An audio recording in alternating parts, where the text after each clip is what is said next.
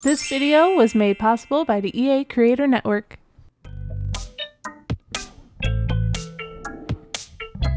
Hey, thanks for slithering in. I am Symtherin. Welcome back to my channel and welcome in if you are new. About a month ago, we got the new expansion pack, Life and Death, which came with the Grim career path, improved ghosties, tarot card reading, all of that fun stuff. And thanks to the EA Creator Network, I am finally sharing my very first build with the new pack. So I'm really excited to kind of chat and get into it with you guys. But first, this is also part of our starter home series that we've been slowly working through on the channel. The starter home series is where we are going from world to world and building starter homes with just base game and the pack that the world came with. So of course we're only using Life and Death and base game for this build. We only have 20,000 simoleons to work with. I believe this comes out to definitely well below that, maybe like 18,000 simoleons, so plenty to get you guys started. I apologize for getting my first initial build with this pack out so late in the game. It really sucks. I did have early access, like the 48 hours early access, but I've mentioned it so many times and I've been very vocal about it on my community tab, so I'm sorry if I keep sounding like a broken record, but it is the holiday season for me at work and it is insane. But that just means that some of you may have had this pack for a while now, so let me know in the comments below what your initial opinions are on it or what your now opinions are, because if you've had it for about a month, then, you know, you've had it for a while and you've been playing with it. So I'm very curious to hear what you guys think, and I'm about to tell you what I think.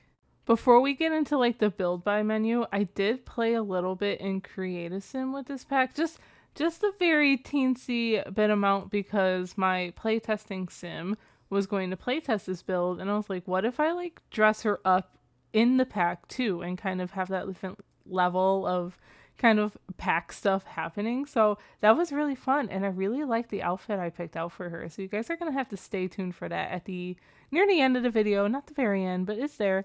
I also have not really watched too much gameplay for this pack either, because I've been so away from the community and not wanting to spoil things for myself. I haven't really been watching a lot of the videos. Until recently I've kind of started, but I haven't gotten really into those let's plays yet, and I'm really excited to kind of see what that's like. So I can't really share too many opinions on the gameplay part. But the build by, that is where my expertise and where my comfort levels come in handy. I really do feel like the Sims team has been stepping their game up with quality of the items in the game. Like the last few packs, even like for a while now, like really since Snowy Escape, and I feel like each pack just gets a little better. So I am definitely really happy with all of that. I love the new brick and stone that we're playing around with here, trying to get like this wallpaper feeling kind of together. I wanted it to match the rest of the neighborhood here just because it's up on this hill. It's pretty much in a focal point, so I felt like it would be a little weird if it stood out a little too much. We also have some new, I mean, what do you want to call it? Siding, I guess. I'm so bad with like legit terms for this, like these actual like architectural terms and stuff. So don't mind me, but I really like the new siding we got for the exterior, and we've got a new foundation, some new stairs. It's really nice. We got a good roundabout of kind of those things. What we don't have as far as like exterior wise goes is like landscaping that is in the regular build by menu. You can always pull up like the debug menus, the show live edit menus, the hidden menus, you know, to get what is seen around in the world. But it kind of sucks when it's not in the regular menu for those of us who maybe don't like to rely on using those cheat codes or can't really rely on using those cheat codes.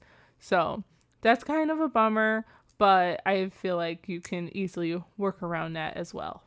We're hopping into the interior. Like I do for the other starter homes, I usually like to finish up the interior before I move on to landscaping and more exterior details.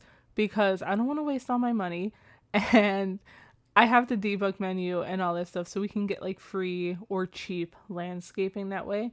We are starting here in the bathroom. Now, I believe, if my memory is serving me correctly, that there is a shower from this pack, but I did not use it because I think it's too much simoleons. It would look pretty pricey to me. So we are sticking with base game for that. We do get the mirror in here, which I think is gorgeous. I love a good antique mirror. So The Sims, you guys can just keep throwing antique mirrors my way and I will be super happy. We got this cool like candle sconce and we kind of just skipped over that. Now that was kind of a weird cut, so yikes, sorry. But we are now building out where I'm thinking the kitchen should be. We actually have like a full kitchen set, which is actually really cool. We have a fridge, I think. We have cabinets and counters. And I hope I'm not misspeaking about the fridge now that I'm looking at it. I'm pretty sure we have a new fridge because it's like one of those fancy modern fridges that I don't know if I'll ever actually use. I don't use modern builds very often. Here I'm placing down a sink, but then realizing I need a stove. Luckily, we have a stove. We even have a hood range with the pack, so you can have like a whole matching kitchen set here, which I think is really cool because we don't really get that in too many of the newer packs anymore. We also have some things for a dining room, so we got this nice little table. It's very round. I'm always down for a new small round table, like with a four-seater. We have plenty of chairs you can pick out. Bookshelves galore. We have this version of a bookshelf, like a more modern version, and then we have a more like traditional, almost like Strangerville like bookshelf that I think I'm gonna pull out here. We have desk items, we have living room items, we have bedroom items. I love the new grandfather clock. I don't use it in this build because it's too expensive, but I did also finish a large, when I say large, it's like a generations home. There's like 4 bedrooms in that thing. Oh my god, that took me forever, but I absolutely love it and I cannot wait to show you guys. So brace yourselves because that video is probably going to be about an hour long. I also really love the interior wallpapers we got with this pack. I feel like there's a lot of versatility for them and I think I'm going to get a lot of use out of them. There are fun patterns, like this one here is more of like a floral leafy pattern kind of thing, but we have versions of this wallpaper with owls, with, I think they're ravens. Yeah, why would they be crows? I'm thinking like crows in my head, but it's Ravenswood, so it only makes sense for it to be ravens. And you can actually get like a little raven on a stick. That sounds so weird to say. Oh my god. I don't know what to call it right now, okay? But you can get a raven on a stick. And that's honestly the closest I feel like The Sims 4 has been to having like birds in the game. And I remember that being such a big thing when I played Sims 2. Like, that really stands out to me with Sims 2. I believe it was Pets or whatever the title was. But we are now upstairs in the bedroom, and I had to get a little bit creative because I am quickly running out of simoleons at this point, and I really wanted to use a life and death bed, but I couldn't because they are pricey. So instead, we are going to get creative. We get this little curtain piece, which I don't think is actually labeled as curtains in the catalog. I think they're labeled as wall decor, but you can use them as curtains. It's very confusing, okay? But that's like me being like, let's pretend this is a canopy bed, and I put a little Grim painting behind there. And I think we put a death frog on the dresser or something. Very minimal clutter in this build, which is not my style, but I have really enjoyed trying to learn to build starter homes like this and work with a budget. So I hope you guys have enjoyed seeing me go along for that ride as well. We're back outside. We're working on the landscaping. This is actually a pretty big lot, but it's actually one of the smaller lots in Ravenswood, I think. I think it's like a 30 by 20. So you have plenty of room to like make this home bigger, but I didn't want to use this whole lot. So I fenced it up, the house, whatever, you want to call it. So there's not much yard space per se, even though you have a ton of space. And then I just kind of put trees back here, and we're just gonna pretend like the rest of this place just doesn't exist. Okay, it's our little secret. Shh. I always do say though, the mark of a good pack is a good hidden catalog. I mean, obviously you want good items in the regular catalog, but when you can pull out a lot of these fencing pieces from the debug menu, a lot of these landscaping pieces, I absolutely love that. For me, that is a must because you cannot draw fences at the like edge of the lot, which really grinds my gears. I don't know why they did that, and I would love to see an update for that someday. EA, if you're listening, gurus, are you there? Hello. But I think that would be really cool to see. And the landscaping here is definitely going to come and go through some phases. So just, be aware of that. Right now we're laying like grass patches, but I quickly switched that. I wasn't loving it. Anyway, what was I talking about? Debug fences. Using debug fences like this, you can get up to the edge of the lot, and then it kind of makes it blend in a little more. I quickly abandoned my first idea for landscaping and decided to go with the good old laying low plants and kind of framing the home that way. It's very safe, I know. It's my favorite thing to do. I love it, but I can't help it. It probably also didn't help that I'm so out of practice with building and making videos and this stuff that it just made sense to stick with what I know. Anyway, holy cow, that was fast. Let's jump into live mode. Welcome back to another playtesting session with Sim. Sim here is all decked out in Life and Death Create-A-Sim. Look how snazzy she's looking, if I do say so myself. I love those glasses and those shoes, but we're really here to playtest this starter home, okay? And you guys know the drill. We're going to playtest and we're going to hope that everything works. So first off, I know I did see that we got some bills after I canceled the TV premiere thing, but let's go ahead and do that and kind of make sure that our mailbox is working out here. We do have this trash can, but yep, I didn't think it would work. What if I go here? But this trash can is technically debugged because I ran out of money and now I don't think I actually have a trash can out here. Well, yikes. Okay. Oh, we're already getting started, aren't we? I am going to try and just move that here, and I'm actually going to delete this guy, and maybe we remove something that isn't important, like this and maybe this. That might give us enough. I know I have money here. Just ignore that, please, okay? That's not intentional. I moved her in after I had a different sim here. Let's check here. We're still well under, it looks like. I might have a lot of simoleons to play with still. Let's pay our bills, and I know we have to clean out spoiled food. So this should work, and you guys are already getting a glimpse of the inside here. This is like, when we playtest our starter homes, I feel like it goes really quick because, I mean, we're just gonna sit here. This hourglass is actually a debug item, so that's pretty cool, and we can probably make that an heirloom, I guess. I don't know too much about the gameplay for Life and Death, so... Oh, we're watching in the bathroom sink, and that is because we forgot the kitchen sink. I think I probably talk about that during the speed build, so I won't go into the details, but this works.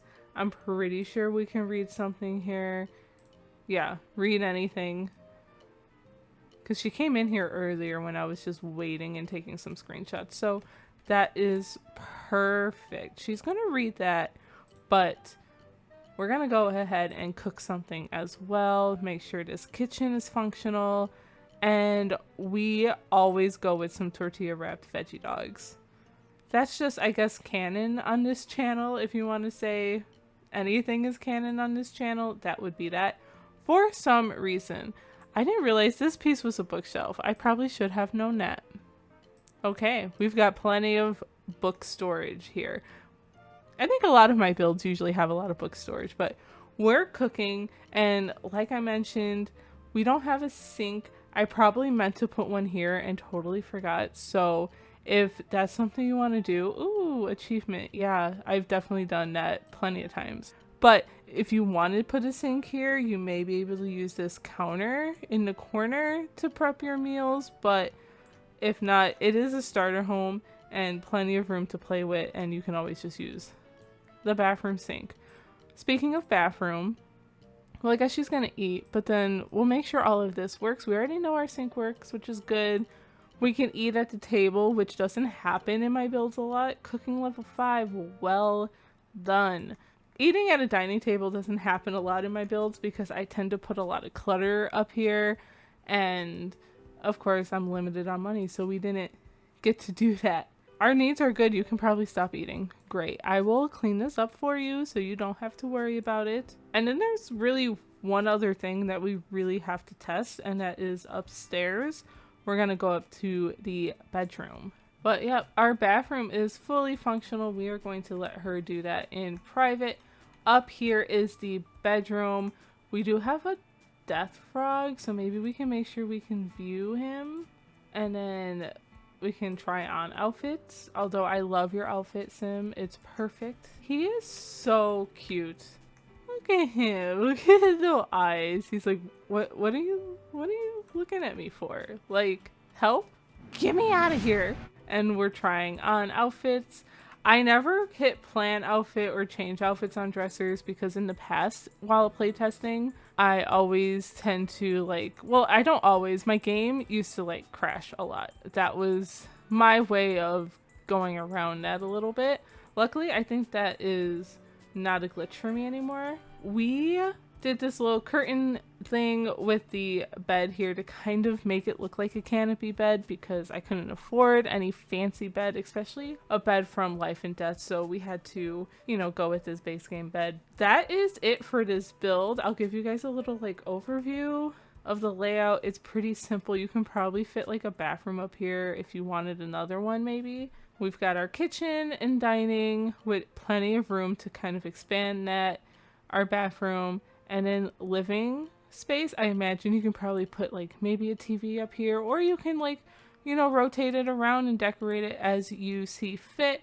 I don't know what items you need for Grimtern specifically, but I'm sure you can add those in as well. That is it. That has been this little Grimtern starter home in Ravenswood. I hope you guys enjoyed it so much. Thank you all for watching. I know it's been a minute since we've done a video, but I'm so excited and it feels good to be back and doing this. But if you enjoyed this one, give it a big thumbs up, subscribe if you haven't already, ring the bell, and comment down below which world do you want to see me do a starter home in next. I will talk to you all in the next one.